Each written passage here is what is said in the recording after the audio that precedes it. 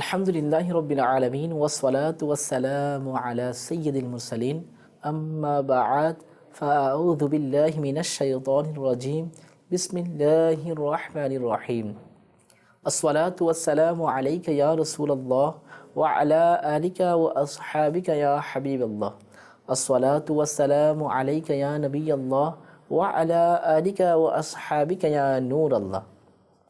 প্রিয় স্নেহ ভাইয়েরা ও মাদানী চ্যানেলের দর্শক শ্রোতা, মাদানী চ্যানেল বাংলার ধারাবাহিক অনুষ্ঠান রাহমাতে ইলাহি নিয়ে আবার আপনাদের সামনে উপস্থিত হয়েছি। এই মুহূর্তে যে যেখানেই বসে আমাদের অনুষ্ঠান দেখছেন, আপনাদের প্রত্যেককে জানাচ্ছি আন্তরিক মোবারকবাদ ও অভিনন্দন। প্রিয় স্নেহ ভাইয়েরা, আমরা প্রত্যেকবারেই এক একটি নতুন বিষয় নিয়ে আমরা আলোচনা করি। আজকেও আমরা আলোচনা করব হালাল উপার্জনকারীদের উপর আল্লাহ তাআলার রহমত। আসুন আলোচনা শ্রবণ করার পূর্বে প্রথমেই দরুদ শরীফের ফজিলত সম্পর্কে শুনে নিই। দরুদ শরীফের অগণিত ফজিলত রয়েছে। প্রিয় নবী রসুল আরবি হুজুরপুর নূর সাল্লাল্লাহু তাআলা আলাইহি ওয়া আলিহি ওয়াসাল্লাম ইরশাদ করেন, যে ব্যক্তি আমার উপর একবার দরুদ শরীফ পড়ে আল্লাহ তাআলা তার উপর 10টি রহমত নাজিল করেন। আসুন আমরাও পাঠ করে নিই। সল্লু আলাল হাবিব সাল্লাল্লাহু তাআলা আলা মুহাম্মদ সাল্লাল্লাহু তাআলা আলাইহি ওয়া আলিহি ওয়াসাল্লাম। প্রিয় স্নেহ ভাইয়েরা, হালাল পন্থায় রিজিক অন্বেষণ করা, হালাল পন্থায় আয় করা, হালাল পন্থায় আয় করে সেই লোকমা গ্রহণ করা কতই না উত্তম কাজ। আসুন আমরা প্রথমেই একটি ঘটনা শ্রবণ করি। একবারের ঘটনা বিবরণ। ডাকাতদের একটা দল ডাকাতি করার জন্য এমন এক জায়গায় পৌঁছেছে যেখানে খেজুরের 3টি গাছ ছিল। ওই গাছগুলোর মধ্যে একটা গাছ শুষ্ক ছিল আর বাকি দুটো ফলবান ছিল। ডাকাতরা সেখানে বিশ্রাম করার জন্য শুয়ে পড়ল।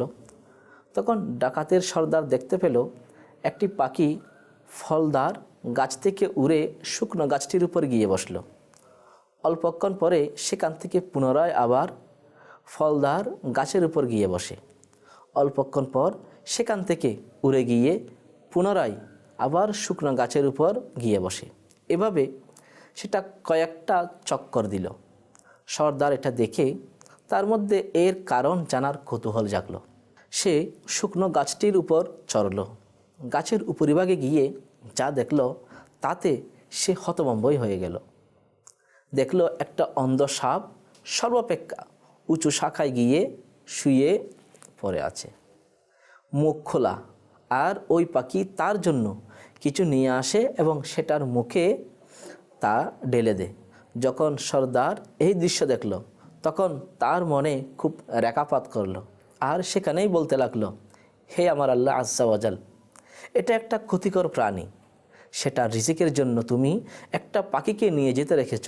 সুতরাং আমি এক সৃষ্টির সারা জীবদের মধ্যে একজন, এই ডাকাতি কীভাবে শোভা পাই? যখন সেই কথা বলল তখন অদৃশ্য থেকে সে আওয়াজ শুনতে পেল, আমার রহমতের দরজা খোলা আছে, এখনই তওবা করো, আমি তওবা কবুল করব। তখন সর্দার এই আহ্বান শোনা মাত্রই তার চোখ থেকে অশ্রু ঝরতে লাগলো এবং সে একসময় অশ্রুঝরা অবস্থায় তলোয়ার তো তখনই ফেলে দিল আর কাঁদতে কাঁদতে আল্লাহ তাআলার দরবারে আরজ করল, মাওলা আজ্জা ওয়াজাল, আমি তোমার দরবারে তওবা করছি, আমি আর গুনাহ করব না, আমি গুনাহের কাজ থেকে ফিরে আসলাম, মাওলা আমার তওবাকে কবুল করে নাও। এরপর সে সত্যিকার অর্থেই তওবা করে নিল। সর্দারের সাথীগণ যখন এই ঘটনা দেখল তারা জিজ্ঞাসা করলো যে ব্যাপার কি? তখন সর্দার তার সব ঘটনা তাদেরকে খুলে বলল। তখন তারা সবাইও কাঁদতে লাগলো এবং তারা সবাই আল্লাহ তাআলার দরবারে সত্যিকারের তওবা করে নিল। আর হজের উদ্দেশ্যে যখন মক্কা মুকাররমার দিকে রওনা হয়ে গেল, 3 দিন চলার পর এক গ্রামে উপনীত হলো। সেখানে তারা এক অন্ধ বৃদ্ধাকে দেখতে পেল। সে ওই সর্দারের নাম নিয়ে ওই কাফেলায় আছে কিনা জিজ্ঞাসা করলো। তার নাম যখন নিল তখন সে বলল যে হ্যাঁ আমি আছি। তখন সে অগ্রসর হয়ে ওই বৃদ্ধার সামনে আসলো। বৃদ্ধা উঠলেই ঘরের ভিতর থেকে কাপড় বের করে আনলো আর বলতে লাগলো, কয়েকদিন হলো আমার পুত্রের ইন্তিকাল হলো, আর এই তার কাপড় আমাকে 3 দিন যাবৎ প্রিয় নবী রসুল আরবি হুজুরপুর নূর সাল্লাল্লাহু তাআলা আলাইহি ওয়া আলিহি ওয়াসাল্লাম স্বপ্নযুগে তশরিফ এনে তোমার নাম উল্লেখ করে আমাকে ইরশাদ করেছেন, সে আসছে, তাকে কাপড়গুলো দিয়ে দিও। সুতরাং সে সৌভাগ্যবান লোক, এই নাও তোমার আমানত। সর্দার এই কথা শুনে আবেগ আপ্লুত হয়ে গেল, খুশিতে আন্দোলিত হলো, আর ওই কাপড় পরে মক্কা মুকাররমায় হাজির হলো। অতঃপর আল্লাহ আজ্জা ওয়া জালের মকবুল বান্দাদের মধ্যে গণ্য হলো। প্রিয় স্নেহ ভাইয়েরা ও মাদানী চ্যানেলের দর্শক শ্রোতা, ওই অন্ধ সাপ তার রিজিকও আমার আল্লাহ আজ্জা ওয়া জাল ব্যবস্থা করে থাকেন। আল্লাহ তাআলা পবিত্র কোরআনে ইরশাদ করেছেন, ওয়ামা মিন দাবাতিন ফিল আরদি ইল্লা আলাল্লাহি রিজকুহা। কানজুল ঈমান থেকে অনুবাদ। আর পৃথিবীতে বিচরণকারী এমন কিছু নেই যার রিজিক আল্লাহর অনুগ্রহের জিম্মায় না। প্রখ্যাত মুফাসসির হাকিমুল উম্মত হযরত মুফতি আহমদ ইয়ার খান নঈমী রাহমাতুল্লাহি তাআলা আলাইহি নুরুল ইরফানে বলেন, পৃথিবীতে বিচরণকারীদের কথা এই জন্যই বলা হয়েছে, কেননা আমরা যেগুলোকে দেখতে পাই না হয় জিন ও অন্যান্যদেরকে আল্লাহ তাআলাই রিজিক প্রদান করে থাকেন। তার রিজিক দানের গুণটি কেবল জীবজন্তুর জন্য সীমাবদ্ধ নয়। সুতরাং যে ধরনের রিজিকের উপযুক্ত সে ধরনের রিজিকই পেয়ে থাকে। মায়ের পেটে সন্তান একরকম রিজিক পেয়ে থাকে, প্রাপ্তবয়স্ক হওয়ার পর এক ধরনের রিজিক পায়, আবার যখন বড় হয় তখন অন্য ধরনের রিজিক পায়। প্রিয় স্নেহ ভাইয়েরা ও মাদানী চ্যানেলের দর্শক শ্রোতা, আমরা রিজিকের জন্য কতই না করে থাকি, কতই না অপকর্ম আমরা লিপ্ত হয়ে যাই। আমরা সেই রিজিকের জন্য হালাল পন্থা অবলম্বন না করে আমরা হারাম পন্থা অবলম্বন করে থাকি। আমরা এই রিজিকের জন্য আমরা মানুষকে হত্যা করা থেকে শুরু করে সমস্ত অপকর্মে আমরা লিপ্ত হয়ে যাই। প্রিয় স্নেহ ভাইয়েরা, আসুন না আমরা সত্যন্তরে তওবা করে নিই। ওই অন্ধ সাপের জন্য যদি রিজিকের ব্যবস্থা আল্লাহ তাআলা করে থাকেন, তাহলে আমার আর আপনার জন্য কেন করবে না? আসুন না আমরা সৎপন্থায় আমরা রিজিক অন্বেষণ করি। আমরা সৎপন্থায় আল্লাহ তাআলার দরবারে আমরা সেই সামান্য রিজিক যা পাই তাকে ইবাদত করি। আলহামদুলিল্লাহ আজ্জা ওয়া জাল দাওয়াত ইসলামে আমাদেরকে ওই মন মানুষদের সৃষ্টি করেন, ওই মনটা দান করেন যে হালাল রিজিক দানের দ্বারা, হালাল রিজিক অবলম্বন করার দ্বারা, হালাল রিজিক অন্বেষণ করার দ্বারা অল্প সামগ্রী যাই পাই তার মধ্যে কেমন স্বাদ রয়েছে, কেমন শান্তি রয়েছে, সেটাই আমাদেরকে প্রদান করে থাকেন। প্রিয় স্নেহ ভাইয়েরা, আসলে আমরাও নিয়ত করে নিই, আমরাও হালাল পন্থায় আমরা রিজিক অন্বেষণ করব ইনশাআল্লাহ আজ্জা ওয়া জাল। সল্লু আলাল হাবিব সাল্লাল্লাহু তাআলা আলা মুহাম্মদ সাল্লাল্লাহু তাআলা আলাইহি ওয়া আলিহি ওয়াসাল্লাম।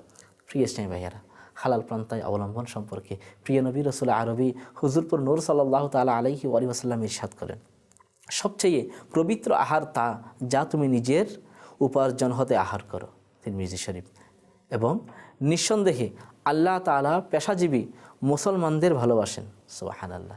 প্রিয় স্নেহ ভাইয়েরা, প্রিয় নবী রসুল আরবি হুজুরপুর নূর সাল্লাল্লাহু তাআলা আলাইহি ওয়া আলিহি ওয়াসাল্লাম ওই সমস্ত ব্যক্তিদেরকে খুব বেশি মহাব্বত করেন যারা নিজেই কাজ করে উপার্জন করেন সৎভাবে, এবং সবচেয়ে উত্তম আহার তা যা নিজের উপার্জনে হয়ে থাকে। সুবহানাল্লাহ। প্রিয় স্নেহ ভাইয়েরা, আসুন না আমরাও অপকর্ম বাদ দিয়ে হালাল পন্থায় আমরা উপার্জন করি। আল্লাহ তাআলা পবিত্র কোন ইরশাদ করেছেন, ইয়া আইয়ুহাল্লাযীনা আমানু কুলু মিন তাইয়্যিবাতি মা রাযাকনাকুম, অর্থাৎ হে ঈমানদারগণ, খাও আমার প্রদত্ত পবিত্র জিনিসগুলো। প্রিয় নবী রসুল আরবি হুজুরপুর নূর সাল্লাল্লাহু তাআলা আলাইহি ওয়া আলিহি ওয়াসাল্লাম ইরশাদ করেন, হালাল রুজি অন্বেষণ করা প্রত্যেক মুসলমানের উপর ওয়াজিব, অপরিহার্য। হালাল পন্থায় উপার্জনের অনেক ফজিলত রয়েছে। প্রিয় নবী রসুল আরবি হুজুরপুর নূর সাল্লাল্লাহু তাআলা আলাইহি ওয়া আলিহি ওয়াসাল্লাম ইরশাদ করেন, যে ব্যক্তি লাগাতার হালাল রুজি রোজগার করে এবং হারাম লুকমা মিশ্রিত হতে দেয় না, আল্লাহ আজ্জা ওয়া জাল তার অন্তরকে আপন নূর দ্বারা আলোকিত করে দেন এবং হিকমত তা সূক্ষ্ম জ্ঞান এর ফোয়ারা তার হৃদয় থেকে প্রবাহিত হয়ে যায়। সুবহানাল্লাহ, সুবহানাল্লাহ। প্রিয় স্নেহ ভাইয়েরা, কেমন সৌভাগ্যবান সেই সমস্ত ব্যক্তি যারা সৎ পথে উপার্জন করে, যারা হালাল রিজিক অন্বেষণ করে। হালাল রিজিক অন্বেষণ করা প্রত্যেক মুসলমানের উপর ওয়াজিব। তাহলে আমরা যদি হারাম পন্থা অবলম্বন করে যদি আয় করে থাকি, তাহলে কাল কিয়ামতের ময়দানে আমরা প্রিয় নবী রাসূল আরবি হুজুরপুর নূর সাল্লাল্লাহু তাআলা আলাইহি ওয়া আলিহি ওয়াসাল্লামকে চেহারা কীভাবে দেখাবো? আমরা কীভাবে বলবো যে ইয়া রাসূলুল্লাহ আমরা আপনার উম্মত? কালকে কি আমরা প্রিয় নবী রাসূল আরবি হুজুরপুর নূর সাল্লাল্লাহু তাআলা আলাইহি ওয়া আলিহি ওয়াসাল্লাম এর সুপারিশ লাভ করতে পারবো? কখনোই নয়। প্রিয় স্নেহ ভাইয়েরা, আসুন না আমরা নিয়ত করিনি আমরা হালাল পন্থায় উপার্জন করব। আর যারাই হালাল পন্থা অবলম্বন করে, যারা হালাল পন্থায় উপার্জন করে, তাদের জন্য আল্লাহ তাআলা কেমন দয়া করেন যে তাদেরকে হিকমত শুকনো জ্ঞানের ফোয়ারা তার হৃদয়ের মধ্যে প্রবাহিত করে দেন। এক বুজুর্গ ব্যক্তি বলেছেন, যখন মানুষ হালাল রোজগারের প্রথম লোকমা আহার করে তখন তার পূর্ববর্তী গুনাহ ক্ষমা করে দেয়া হয়। আর যে ব্যক্তি হালাল রুজির অন্বেষণে অপমানজনক স্থানে দাঁড়িয়ে যায় তার গুনাহ এমনিভাবে ঝরে যায় যেমন গাছের পাতা ঝরে যায়। সুবহানাল্লাহ, সুবহানাল্লাহ। প্রিয় স্নেহী ভাইয়েরা ও মাদানী চ্যানেলের দর্শক শ্রোতা, হালাল পন্থা অবলম্বনকারীদের জন্য, হালাল পন্থায় রোজগারকারীদের জন্য আল্লাহ তাআলা কেমন দয়া করেছেন, কেমন রহমত তাদের জন্য অবতীর্ণ করে থাকেন। আল্লাহ আযজা ওয়া জাল তার পূর্ববর্তী গুনাহ ক্ষমা করে দেন শুধুমাত্র হালাল পন্থায় একটি লুকমা আহার করার দ্বারা। এবং অপমানজনক স্থানে যখন সে যায় যে হালাল পন্থা অবলম্বন করবে, হালাল রুজি আয় করবে, সেজন্য যখন সে অপমানজনক স্থানে যখন যায় তখন আল্লাহ তাআলা তার গুনাহকে এমনভাবে ঝরিয়ে দেন যেভাবে গাছের পাতা ঝরে যায়। প্রিয় স্নেহ ভাইয়েরা, এটা কি আল্লাহ তাআলার রহমত নয় কি? এটা কি আল্লাহ তাআলার দয়া নয় কি? এটা কি আল্লাহ তাআলা বান্দাকে মহাব্বতের পরিচয় দেন নাই যে আল্লাহ তাআলা বান্দাকে কীভাবে ক্ষমা করে দিবেন? যেভাবে গাছের পাতা ঝরে যায়। কেমন দয়ালু আমার আল্লাহ, কেমন দয়ালু বান্দার জন্য আমার আল্লাহ। প্রিয় ইসলামী ভাইয়ারা, আমরা আল্লাহর দয়া থেকে দূরে না থাকি। আমরা আল্লাহ তাআলার দয়া থেকে দূরে থাকার কারণেই তো আমাদের উপর এত মুসিবত, এত বিপদ, আমরা এত কষ্টের মধ্যে লিপ্ত হয়ে যাই। আল্লাহ তাআলার রহমত থেকে দূরে থাকার কারণেই তো আমাদের উপর এত নির্যাতন নিষ্পীষণ আমাদের উপর হয়ে থাকে। প্রিয় ইসলামী ভাইয়ারা, আসুন আমরা নিয়ত করে নিই, আমরা যতই কষ্টের মধ্যে আমরা লিপ্ত হই না কেন, আমরা আল্লাহ তাআলার দরবার থেকে দূরে সরে না যাই। আমরা যেন আল্লাহ তাআলার মোহতাজ ছাড়া কোনো ব্যক্তির যেন আমরা মোহতাজ না হই, আল্লাহ তাআলার মুখাপেক্ষী না হই, আমরা যেন কোনো বান্দার মুখাপেক্ষী না হই, আমরা নিয়ত করে নিই। এক বুজুর্গের বর্ণনা, তিনি মনে মনেই জীবিকা অন্বেষণের মানুষে ঘর থেকে বের হলেন আর একটা মরুভূমিতে গিয়ে পৌঁছলেন। মরুভূমি যখন অতিক্রম করতে লাগলেন, এক স্থানে মরুভূমিতে কি দেখেছেন? একটা মোটা তাজা হৃষ্টপুষ্ট শিয়াল বসে আছে। সেটার না আছে হাত, না আছে পা, তদুপরি চোখও নেই, অন্ধ। ওই বুজুর্গ এমনই এক হাত পা বিহীন ও অন্ধ বেচারা পশুকে এতই মোটা তাজা দেখে অত্যন্ত হতভম্ব হয়ে গেলেন। আর সেখানে বসে হতবাক হয়ে চিন্তা করতে লাগলেন। তিনি বললেন যে, হে আল্লাহ আযজা ওয়া জাল, এই পঙ্গু শিয়াল কোন বাহানায় তার জীবিকা পায়, অথচ প্রকাশ্যত জীবিকা অবলম্বন করার কোনো মাধ্যম তো দেখছি না। তখন আল্লাহ আযজা ওয়া জাল ওই পশুকে কিভাবে আহার করান সেটার জানার জন্য সে খুব চিন্তা করতে লাগলো যে তার না আছে পা, না আছে হাত, না আছে কিছু, সে জীবিকা কীভাবে অর্জন করে, সে কিভাবে আহার করে। কারণ এখানে তো তাকে জীবিকা নির্বাহ করার জন্য, জীবিকা লাভ করার মতো কোনো কিছু সেখানে মৌজুদ নেই, উপস্থিত নেই। এটা না কোনো কিছু দেখতে পায়, না কোনো কিছু না চলতে পারে। ওই বুজুর্গ রহমতুল্লাহ তাআলা আলাইহি এই ধরনের কথা আপন মনে চিন্তা করতে লাগলো। ইচ্ছাবৎসরে এক জায়গায় ভূপৃষ্ঠ চিরে গেল, ভূখণ্ডটা দ্বিখণ্ডন হয়ে গেল, আর দুটি পেয়ালা বের হয়ে আসলো, দুটি বাটি। এক বাটিতে দুধে পরিপূর্ণ আর একটাতে মধুবর্তী। প্রিয় স্নেহী ভাইয়েরা, একটু ভালো করে লক্ষ্য করি আমরা যে মরুভূমির মধ্যে হঠাৎ করে মরুভূমির মধ্যখানে দুই টুকরা হয়ে গিয়ে দুটা বাটি উঠে আসলো, দুইটা পেয়ালা, একটাতে দুধ এবং আরেকটাতে মধু। ওই বুজুর্গ এখন চিন্তা করতে লাগলো, হে আল্লাহ, এই খাদ্যের নিকট শিয়ালটা পৌঁছবে কীভাবে? কারণ পেয়ালা উঠে আসলো ঠিক, কিন্তু সে পর্যন্ত যাওয়ার জন্য এই পঙ্গু শিয়ালের তো কোনো অ্যাবিলিটি নেই। এখন সে কীভাবে এগুলো আহার করবে, পান করবে?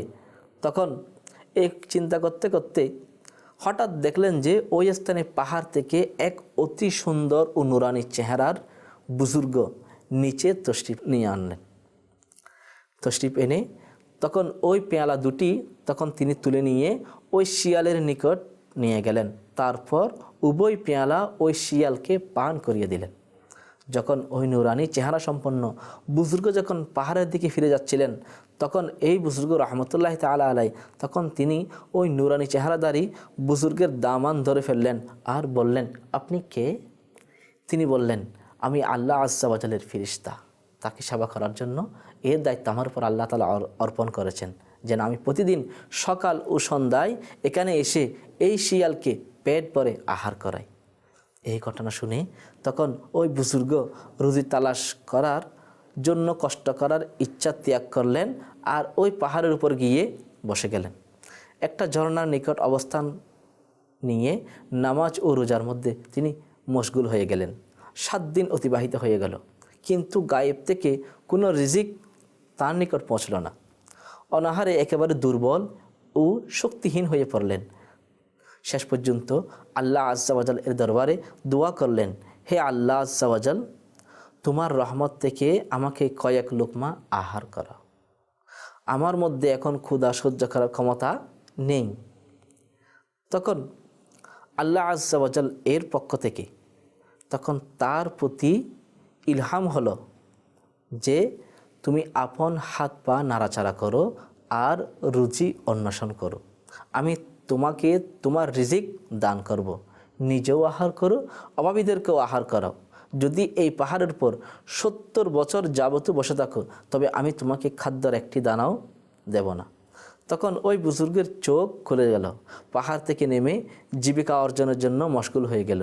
আর যা কিছু উপার্জন করতেন তার অর্ধেক নিজে আহার করতেন, অর্ধেক অভাবীদের আহার করাতেন।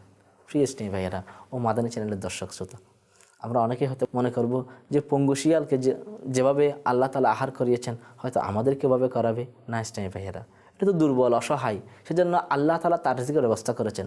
আমরা যারা সবল আছি, আমরা কেন এই সমস্ত অসৎ কাজ করব? আমরা কেন হারাম পথে পরিচিত হওয়ার জন্য দৌড়াদৌড়ি করব? আমরা কেন বসে বসে আল্লাহ তাআলার পক্ষ থেকে আল্লাহ তাআলা নাসিল করবেন আর আমরা খাবো, এই চিন্তা বসে থাকবো? প্রিয় স্নেহী ভাইয়েরা, আল্লাহ তাআলা তো আমাদের জন্য আমাদের রিজিকের ব্যবস্থা করে দিয়েছেন, আমাদেরকে একটু কষ্ট করতে হবে, কারণ কষ্ট ছাড়া কেষ্ট মিলে না।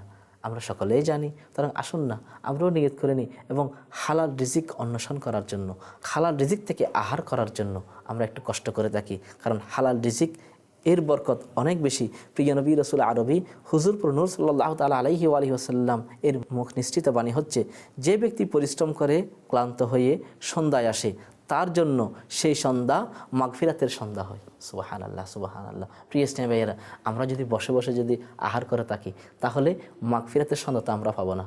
আল্লাহ তাআলা আমাদেরকে কেমন দয়া করেছেন, যে ব্যক্তি পরিশ্রম করে ক্লান্ত হয়ে সন্ধ্যায় যখন আসে, তখন তার জন্য সেই সন্ধ্যা মাগফিরাতের সন্ধ্যা হয়ে যায়। অপরাজিত আরও বর্ণিত রয়েছে, পবিত্র রিজিক উপার্জনকারীর জন্য জান্নাত রয়েছে।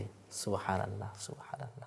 প্রিয় স্নেহী ভাইয়েরা, কেমন সৌভাগ্যবান পরিশ্রমী হালাল রিজিক অন্বেষণকারী ব্যক্তিরা, যারা হালাল রিজিক অন্বেষণ করার কারণে আল্লাহ তাআলা তাদেরকে জান্নাত প্রদান করেছেন। এমন কিছু গুনাহ রয়েছে যেগুলোর কাফারা নামাজও হতে পারে না, রোজাও হতে পারে না, হজ ও উমরাও না। সেগুলোর কাফারা হলো সেই চিন্তাগ্রস্ত অবস্থা যা মানুষের কাছে হালাল রুজির সন্ধানের ফলে চলে আসে। সুবহানাল্লাহ, সুবহানাল্লাহ। প্রিয় স্নেহী ভাইয়েরা, হালাল রিজিক অন্বেষণ করার জন্য হালাল রিজিকের চিন্তায় থাকাও সেটা এমন কিছু গুনাহের কাফারা হয়ে যায় যেগুলোর কাফারা কোনো রোজা, হজ, জাকাতের মাধ্যমে আদায় হয় না। শুধুমাত্র হালাল রিজিক অন্বেষণ করার চিন্তার কারণে সেগুলো কাফারা আদায় হয়ে যায়। আমার আল্লাহ তাআলা বান্দার প্রতি কেমন দয়া করেন, যারা হালাল রিজিক অন্বেষণ করেন তাদের প্রতি আল্লাহ তাআলার কেমন দয়া, কেমন নিয়ামত আমাদেরকে দেওয়ার জন্য আল্লাহ তাআলা প্রস্তুত করে রেখেছেন। প্রিয় স্নেহী ভাইয়েরা, আসুন আমরা সেই নিয়ামতগুলো অর্জন করে নিই, আমরা সেই নিয়ামত প্রাপ্তির লোভী হই। আমরা অসৎ পন্থা অবলম্বন করে হারাম খাবার, হারাম লোকমা আহার করার চেয়ে হালাল উপার্জনের নিম্নমানের খাবার হোক, আমরা সেটা আহার করি, সেটার মধ্যে বরকত রয়েছে। আল্লাহ তাআলা আমাদেরকে বোঝার তৌফিক দান করুক। সল্লু আলাল হাবিব সাল্লাল্লাহু তাআলা আলা মুহাম্মদ সাল্লাল্লাহু তাআলা আলাইহি ওয়া আলিহি ওয়াসাল্লাম।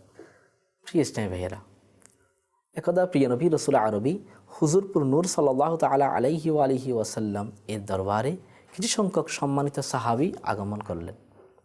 একজন আরজ করলেন, হে আল্লাহ রসুল সাল্লাল্লাহু তাআলা আলাইহি ওয়া আলিহি ওয়াসাল্লাম, আমি কাপড় সেলাইয়ের কাজ করি। তখন প্রিয় নবী রাসূল আরবি হুজুরপুর নূর সাল্লাল্লাহু তাআলা আলাইহি ওয়া আলিহি ওয়াসাল্লাম ইরশাদ করলেন, যদি তুমি তাতে সততা ধার্মিকতা অবলম্বন করো, তবে হযরত ইদ্রিস আলা নবিয়্যিনা ওয়া আলাইহি সালাতু ওয়াস সালাম এর সাথে জান্নাতে প্রবেশ করবে। সুবহানাল্লাহ, সুবহানাল্লাহ। প্রিয় স্নেহী ভাইয়েরা, কেমন সৌভাগ্যবান। আজকে হয়তো আমরা মনে করি যারা কাপড় সেলায় খুবই নিম্নমানের মানুষ, খুবই একেবারে লো লেভেল কোয়ালিটির, লো কোয়ালিটির ব্যক্তি, এরা খুবই নিম্নমানের, আমাদের সাথে একদম ম্যাচ হয় না, আমাদের সাথে একদম যায় না। কিন্তু হয়তো আমরা এটা জানি না, যে ব্যক্তি সেলাইয়ের কাজ করে, সততা অবলম্বন করে, ওই ব্যক্তি একজন নবীর সাথে জান্নাতে প্রবেশ করবে। অপর একজন আরজ করলেন, ইয়া রাসূলুল্লাহ সাল্লাল্লাহু তাআলা আলাইহি ওয়া আলিহি ওয়াসাল্লাম, আমি রাজমিস্ত্রি। প্রিয় নবী রাসূল আরবি হুজুরপুর নূর সাল্লাল্লাহু তাআলা আলাইহি ওয়া আলিহি ওয়াসাল্লাম ইরশাদ করলেন, যদি তুমি তাতে সততা ধার্মিকতা অবলম্বন করো, তবে হযরত সাইয়্যিদুনা ইব্রাহিম আলা নবিয়্যিনা ওয়া আলাইহি সালাতু ওয়াস সালাম এর সাথে জান্নাতে প্রবেশ করবে। আল্লাহু আকবার। প্রিয় ইসলামী ভাইয়েরা, হযরত ইব্রাহিম আলা নবিয়্যিনা ওয়া আলাইহি সালাতু ওয়াস সালাম, যিনি আমাদের আদি পিতা, যিনি খানে কাবা নির্মাণ করেছেন। আমরা হয়তো অনেকেই মনে করি রাজমিস্ত্রি একেবারে খুব নিম্নমানের ব্যক্তি, তার সাথে একদম যায় না, তার সাথে চলাফেরা, খাবার খাওয়া, একসাথে চলাফেরা, এটা আমার একদম ম্যাচ হয় না। প্রিয় ইসলামী ভাইয়েরা, অনেকেই মনে করে এটা, কিন্তু কখনোই নয়। ওই রাজমিস্ত্রির সম্মান কতটুকু আল্লাহ তাআলা দিয়েছেন, আমার আল্লাহ কেমন দয়া করেছেন ওই রাজমিস্ত্রির প্রতি। যারা রাজমিস্ত্রি কাজ করবে, সততা অবলম্বন করবে, কালকে সে ব্যক্তি হযরত সাইয়্যিদুনা ইব্রাহিম আলা নবিয়্যিনা ওয়া আলাইহি সালাতু ওয়াস সালামের সাথে জান্নাতে প্রবেশ করবেন। তখন আরেক ব্যক্তি আরজ করলো, ইয়া রাসূলুল্লাহ সাল্লাল্লাহু তাআলা আলাইহি ওয়া আলিহি ওয়াসাল্লাম, আমি ব্যবসা করি। তখন প্রিয় নবী রাসূল আরবি হুজুরপুর নূর সাল্লাল্লাহু তাআলা আলাইহি ওয়া আলিহি ওয়াসাল্লাম ইরশাদ করলেন, যদি তুমি তাতে সততা অবলম্বন করো, তবে আমার সাথে জান্নাতে প্রবেশ করবে। সুবহানাল্লাহ, সুবহানাল্লাহ। প্রিয় ইসলামী ভাইয়েরা ও মাদানী চ্যানেলের দর্শক শ্রোতা, কাপড় ব্যবসায়ী, আমরা মনে করি কাপড় ব্যবসা একেবারে খুব বাজে কাজ, খুব নিম্নমানের কাজ।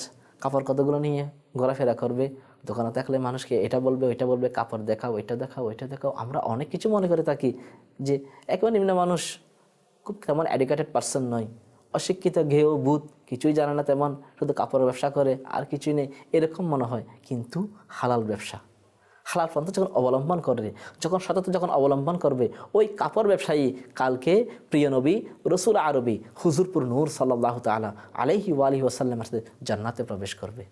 প্রিয় ইসলামী ভাইয়েরা, কেমন সৌভাগ্যবান ব্যক্তিগণ যারা রাজমিস্ত্রি, যারা কাপড় ব্যবসায়ী এবং যারা সেলাইয়ের কাজ করেন, তারা কেমন সৌভাগ্যবান ব্যক্তি।